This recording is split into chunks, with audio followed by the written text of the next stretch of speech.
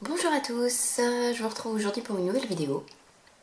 Je déteste cette intro, mais c'est la première chose qui me vient quand je parle en fait.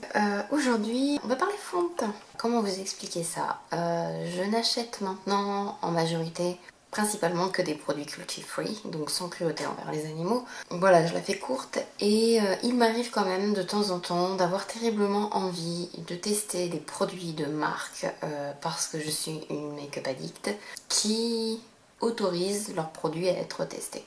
Et la plupart du temps, j'arrive à freiner ces envies parce qu'il existe tellement de marques qui ne font pas de tests de toute façon que voilà.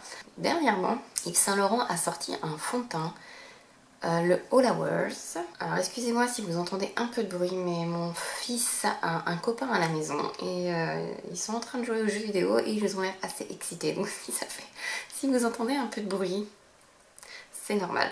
Donc il s'appelle ce fond de teint encre de peau All Hours et tous les gens ont des avis tellement super positifs dessus que j'avais envie de le tester. Et la curiosité a été plus forte que tout cette fois-là. Donc j'ai un échantillon et je vais le tester avec vous. Donc ils disent que c'est un fond de teint haute couvrance, longue tenue, encre de peau. Là en échantillon j'ai la couleur B20. Je l'ai prise un peu au hasard en fait, donc j'espère que ça ira. Ils disent que c'est un fond de teint mat, longue tenue, 24 heures qui résiste à l'eau, à la chaleur tout en restant confortable. Il a une formule non grasse qui prévient les brillances et qui resserre les pores. Une couvrance extrême sans effet masque, haute couvrance, le teint parfait sans retouche ni transfert pendant 24 heures. Ça, c'est à quoi ressemble le flacon. Excusez mes ongles tout à beau, mais j'ai du mal en ce moment à les garder nickel. Donc je vais tester le fond de teint pour vous sur la journée. On fera certainement, j'ai super froid, je suis malade, je suis désolée, c'est complètement une tenue pas sexy, mais voilà. Donc on va tester ça ensemble et je voulais vraiment constater par moi-même si c'était vraiment un fond de teint super méga génial. Je vais faire mon teint comme je fais d'habitude. Je vais donc utiliser la base de Too Faced, la Hangover. À chaque fois je la sens, oui je sais c'est bizarre mais c'est comme ça. Et ensuite j'ai utilisé une autre base en fait, la Tarte. Elle est faite pour combler en fait les pores et lisser. Donc je vais en tapoter.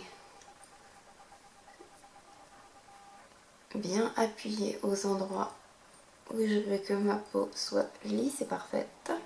Donc je suis tombée sur un Sephora avec des Sephorettes super gentilles qui ne rechignent pas à donner des échantillons. Et je tiens à le dire parce que c'est quand même pas très courant. Alors, la couleur a l'air pas mal, hein. Je sais pas si j'en mets trop là en fait, on verra bien. Alors par contre le premier truc que je tiens à dire, je sais pas encore s'il va s'oxyder ou s'il va sécher plus foncé, mais la couleur elle est parfaite. Il s'applique super bien. Il sent assez fort le parfum par contre. Je sais même pas pourquoi je le teste très certainement. J'ai envie de le détester en plus et je me dis mon dieu, non parce qu'il coûte quand même 50 €. Hein. On essaiera d'en mettre une deuxième couche après. Je vais essayer au pinceau. Le pinceau, c'est pas forcément ma manière préférée de travailler un fond de teint. Mais après, comme souvent, ça dépend du fond de teint en question.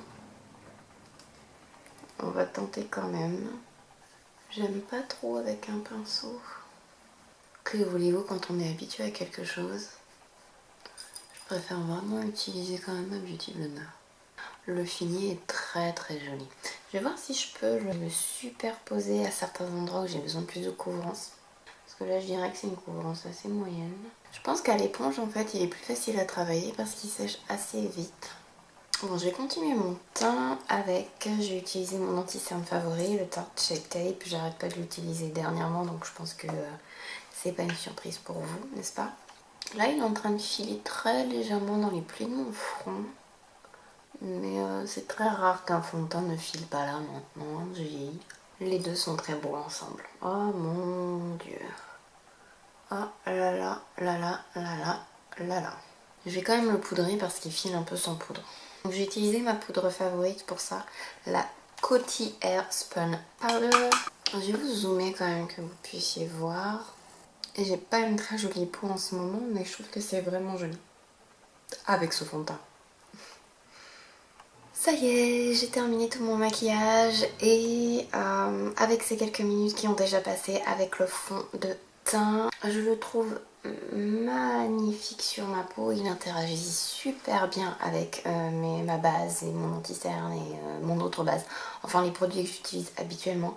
Après, étant donné que, enfin je sais pas, je m'attendais en fait à ce qu'il ne file pas dans mes plis et c'est ce qu'il est en train de faire. Et ça peut pas être mon anti-cerne parce que je sais que mon anti-cerne ne file pas et je n'en ai pas mis sur le fond. Donc sur le fond, j'ai uniquement le fond de teint et ma poudre Coty qui normalement est une poudre qui fait excessivement bien même si elle coûte pas très cher.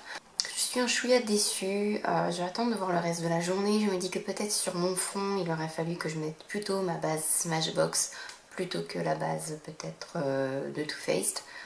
Allez savoir, mais je suis assez déçue que ça file dans les plis de mon front et c'est en train de recommencer à le faire alors que je viens de l'essuyer, donc ça va pas tarder à me saouler. Mais sur mes joues, c'est magnifique. Ah, il commence à se séparer là. Ce que je vais faire de toute façon, c'est que je reviendrai dans plusieurs heures vous dire s'il a bougé, qu'est-ce qu'il est advenu de lui, de moi, de notre relation. Et je vous dirai si il en vaut la peine. Recoucou tout le monde. Ça fait plusieurs heures maintenant que je porte le fond de teint. C'est séparé un peu entre mes sourcils. Il a bougé toujours un petit peu dans mes plis. Sur mon nez, habituellement, j'ai toujours un rendu qui est assez moche. Et là, je trouve le résultat assez joli. Et il a un petit peu filé aussi toujours sur mon front. Je me sens pas particulièrement grasse sur ma zone T. En fait, j'adore la façon dont il s'applique, le rendu. Il est facile à estomper à l'éponge. Est-ce que je mettrais 50 € dans ce fond de teint? Il est censé être sans transfert et ne pas bouger. Et s'il bouge dans mes plis, franchement, c'est pas possible. Alors par contre, effectivement, j'ai rien sur le mouchoir. Après, est-ce que c'est dû à la base que j'ai posée en dessous? C'est fort possible, c'est quand même une base qui est hydratante, mais étant donné que c'est un fond de teint qui est censé être matifiant et que j'ai quand même une peau normale à mixte et un peu déshydratée, en fait quand c'est un fond de teint mat, j'aime bien mettre une base qui est un peu hydratante en dessous. Faudrait que je fasse un test avec une autre base, mais clairement, bon déjà je le conseille pas pour les peaux sèches. Il est pas très beau à cet endroit-là et c'est l'endroit où j'ai des petites peaux et où c'est un peu sec. Après, je dis pas qu'il est pas joli, hein. Il est joli. J'espère que ce petit test vous a plu. Dites-moi ce que vous en pensez, si ce type de vidéo vous plaît.